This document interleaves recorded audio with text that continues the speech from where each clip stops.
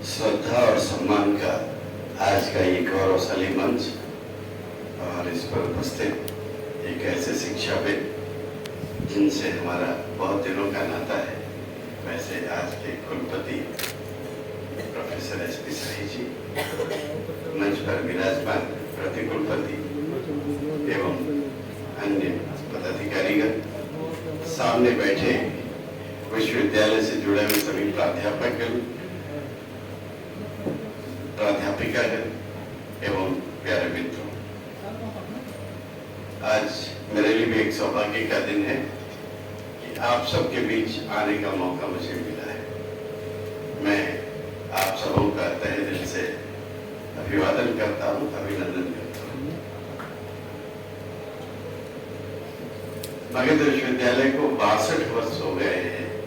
कहने का मतलब है कि ये 62 वर्ष में एक शिक्षक रिटायर कर जाता है। एक कितनी पीढ़ियों को आपने शिक्षा दी होगी, इसका अंदाजा आप लगा सकते हैं। कम से कम 40 साल तो आप क्या प्राध्यापकी रही होगी, ऐसा मैं मानता हूं। अभी नीचे से जब मैं ऊपर आ रहा था तो एक स्लोगन लिखा हुआ था, pen is mightier than sword. Pen की ताकत किसी तलवार से बहुत ज्यादा होती है। उसको देखकर पुरानी बातें याद आ गई कि सच में इस देश के परिवर्तन का सबसे बड़ा आगाज यदि कोई कर सकता है तो वो शिक्षक वर्ग कर सकता है, दूसरा कोई नहीं। परंतु हमको सोचना है कि हम सिर्फ शिक्षक तक सीमित हैं कि उसके आगे भी कुछ इस देश के निर्माण में आपका क्या योगदान है, इसको लेकर एक सोचने की बात है। हम जीते हैं अपने लिए। एक नौकरी मिल गई, चाहे वो शिक्षक की हो चाहे किसी भी और पद की हो, हम सिर्फ वहीं तक सीमित हो जाते हैं। अपना अपना परिवार, अपने बाल बच्चे, यहीं तक हम सीमित होकर पूरी जिंदगी काट देते हैं एक शिक्षक के रूप में। क्या हम अपने देश के प्रति वफादारी करते हैं या नहीं? दूसरी ओर एक छोटी सी शिक्षा किस दिशा में ले जा रही है, इसका एक चिंतन की जरूरत है। क्योंकि शिक्षा भारतीय संस्कृति के अनुरूप है कि नहीं है, यहाँ की भौगोलिक स्थिति, यहाँ के लोगों की स्थिति के अनुरूप है कि नहीं है। हम वैसे लोग हैं जो यहाँ उपस्थित हैं जिनको समाज ने औरों की अपेक्षा बहुत ज्यादा दिया है। हम जो है समाज के लिए कुछ रिटर्न कर सकते हैं क्या? ये एक प्रश्नवाचक चिन्ह हम सबों के लिए। आजादी के 75 वर्ष पूरे हो चुके हैं। अभी भी इस देश के अंदर अनेक धाराएं चल रही हैं।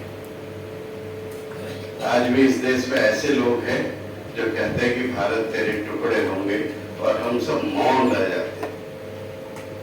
एक राजनीतिज्ञ आगे 5 साल के लिए सोचता है, पर एक शिक्षक अगली पीढ़ी के लिए सोचता है, और अगली पीढ़ी को सोचने का काम हम सब लोगों का है।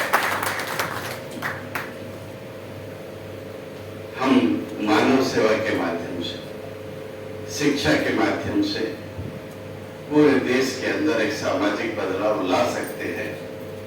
एक आंदोलन 1974 में हुआ था जो कहीं न कहीं जाके कोलैप्स कर गया, उसके जो भी कारण रहे हो, परंतु एक शिक्षक जो 40 साल 50 साल अपनी पीढ़ी को देता है, देश को देता है, तो हम अपने माध्यम से कितने लोगों को देश हित में खड़ा कर पाए हैं, ये एक चिंतन का विषय हम सबके लिए।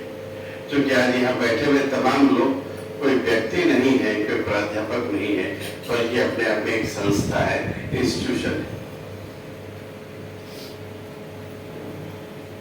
एक और बड़ी बात है कि हम उस पीढ़ी के लोग हैं जिसके बाद ये पीढ़ी देखने को नहीं मिलेगी। जो हजारों साल का ज्ञान था, हम लोगों को 50 साल हो गए उसको लेने में, परंतु आज की जो नई पीढ़ी है टेक्नोलॉजी के कारण उस ज्ञान को वो 5 साल और 7 साल में ले लेती है। हमारे पढ़ाई का माध्यम भी, हम जिस स्कूल के लोग हैं वो स्कूल अब आकर समाप्ति के कगार पर है, परंतु जो नई पीढ़ी आ रही है, जो ज्ञान उन लोगों के पास हजारों वर्षों का 50 साल में मिला होगा, वो ज्ञान उनको 5 साल और 10 साल में मिला है। उसी का नतीजा है कि एक बैग सूचना क्रांति के कारण, आईटी के कारण जो है पूरे विश्व के अंदर भयंकर रूप से बदलाव आया है। आज का बच्चा, आप ही का बच्चा, आप कहते हैं भगवान है, वो कहता है कि नहीं, गूगल भगवान है। और गूगल, आप कुछ भी प्रश्न पूछते हैं तो सीधा गूगल को टच करता है और पूछता है कि इसका आंसर क्या होगा। इतनी हाई टेक्नोलॉजी के बावजूद कुछ चीजें हैं जो हम आप उस पीढ़ी को दे सकते हैं, वो है करुणा, पीड़ा, प्रेम, सद्भाव और राष्ट्रभक्ति। भारत रहेगा तो हम रहेंगे, यदि भारत नहीं रहेगा तो हमारा भी कोई अस्तित्व नहीं है। हम अपने देश का इतिहास उठा के देखें, एक जब सीमा थी हमारे अफगानिस्तान और बांग्लादेश और ये सब चीजें हमारे अंदर में थी, उस समय हम कटते कटते कटते आज इतने छोटे से हो गए हैं। आने वाले भविष्य में क्या स्थिति होगी पता नहीं। संविधान के 73 वर्ष पूरे हुए, पार्लियामेंट्री कमेटी से एक व्यक्ति, एक संस्था ने हमसे पूछा कि संविधान के 73 वर्ष पर आप कुछ लिख कर दीजिए। मैंने कहा कि यदि संविधान ये 100 वर्ष तक रह पाएगा कि नहीं रह पाएगा, इसकी चिंता हमको करनी चाहिए। पहला प्रश्नवाचक चिन्ह तो ये।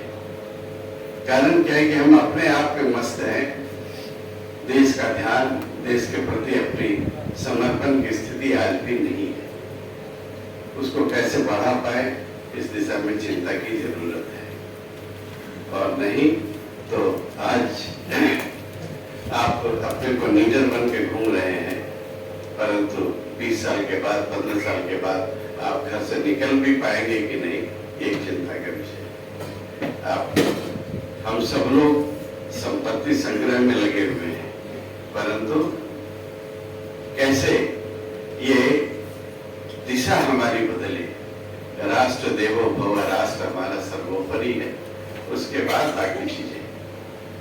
हमारे देश में कोई भी न भूखा रहे, न कोई गरीब रहे, न कोई जाति हो, न कुछ हो। ऐसा योगदान हम सब की देश को अपेक्षा है कि किस ढंग से हम योगदान कर सके। शिक्षा जहाँ तक नहीं पहुंची है वहाँ शिक्षा पहुंचे, जहाँ पर संपन्नता नहीं पहुंची वहाँ संपन्नता पहुंचे। किसी व्यक्ति या जाति विशेष तक नहीं, हर व्यक्ति तक संपन्नता पहुंचे और उसके बावजूद वो इस देश की संस्कृति और संस्कारों से प्यार करे, वो उसकी जिंदगी में भारत प्रथम हो, ऐसी जिंदगी हम जीने के आदी बने। ये आज के इस अवसर पर, चूंकि ये विश्वविद्यालय भी 62 वर्ष पूरी कर चुका है, जवानी से के बाद कह सकता हूँ कि कोई भी संस्था बूढ़ी कभी नहीं होती, हम आप जरूर बूढ़े हो जाते हैं। तो और ऊंचाइयों पर जाने की जरूरत है। और आजादी का जब शताब्दी वर्ष हो तो उस समय हम कह सके कि विश्व का गुरु के रूप में परम वैभव की स्थिति में लाने वाला भारत है। और जो दिशा, जो कह सकता हूं मैं यहाँ कि अध्यात्म, अहिंसा के साथ साथ पूरा विश्व एकजुट हो सके, पर्यावरण की रक्षा हम कर सके, समाज में एक दूसरे के दुख सुख पे हम खड़े हो सके, ऐसा भारत हम चाहते हैं और उसमें हम सब लोगों का योगदान आवश्यक है। अभी एक छोटा सा जिक्र हुआ मेरे बारे में। मैं चूंकि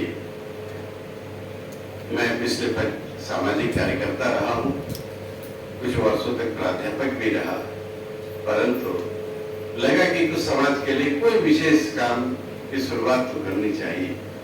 तो बिहार के अंदर जो फिजिकल डिसेबिलिटी है, जो शारीरिक विकलांगता है, उस दिशा में एक छोटा सा पौधा लगाने की कोशिश की आज थोड़ा सा बड़ा हुआ है। आप सबों को लगता होगा कि बहुत बड़ा है, परंतु मुझे लगता है कि अभी तो हम शुरुआत की है। 37,000 लोगों को आर्टिफिशियल सपोर्ट, जिसके माध्यम से दिव्यांगों को उनके पैरों पर खड़ा किया जा सकता है। उसी तरह 9,000 से ज्यादा बच्चे जो विकृति के शिकार थे, किसी के हाथ टेढ़े, किसी के मेढ़े, वैसे बच्चों की ऑपरेशन करके उनको मुख्य धारा में लाने की कोशिश की है।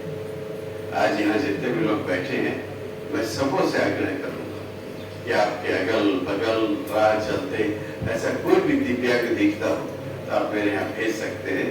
उनकी सभी सेवाएं जो एक आप अपने बेटे के लिए करते हैं, वो हम वहां पर उनके लिए करने की कोशिश करते हैं। उसी के साथ ही एक पिछले 4-5 सालों से एक नया प्रयास शुरू किया है कि अंगदान और नेत्रदान, जीते जी रक्तदान, मृत्यु के पश्चात नेत्रदान, अंगदान। आप मृत्यु के पश्चात इस शरीर को जलाएंगे, इस शरीर को गाड़ेंगे, यही आप करने वाले।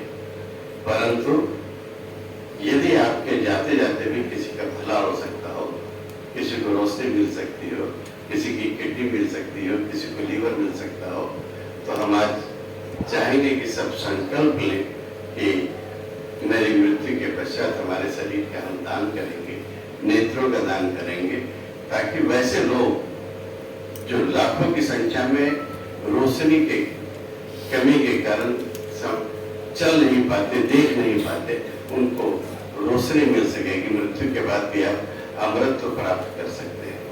इस अभियान में आप सब लोग किसी न किसी उसमें ना आपका पैसा लग रहा है न कुछ, परंतु समाज को एक बड़ा संदेश हम प्राध्यापकों, शिक्षकों के माध्यम से जा सकता है कि समाज परिवर्तन में जो भी पीड़ित है, जिस भी कारण है, उसके कष्ट को हम दूर कर सके, इसमें योगदान हो सके। भारत विशाल है, सभी धर्म के लोग हैं यहाँ पर, सबों के साथ हमको देश को उन्नति पर ले जाना है।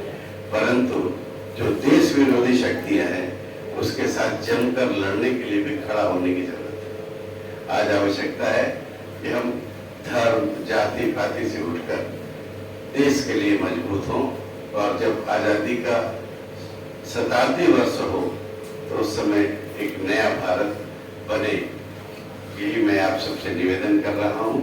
और अंत में संस्कृत का एक श्लोक है, रात्रि गमिष्यति भविष्यति सुप्रभातम भास्वानुदेश्यति हसिष्यति पंकजश्री इत्थम विचितयन्ति कोश गते द्विरेफे हा हंत हंत नलिनी गज मुज्जहार।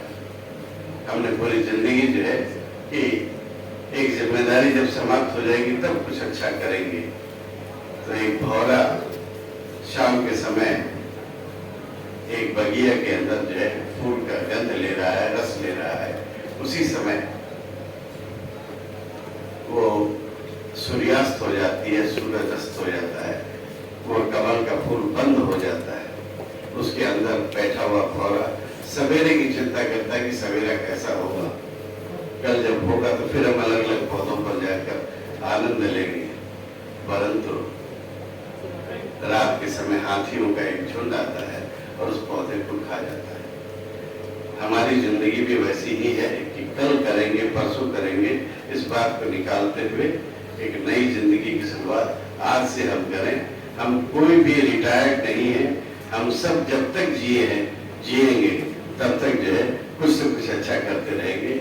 इसी शुभकामना के साथ इस विश्वविद्यालय के तमाम लोगों को मैं पूरा धन्यवाद देता हूँ, शुभकामना देता हूँ कि आने वाला बिहार यशस्वी बिहार बने।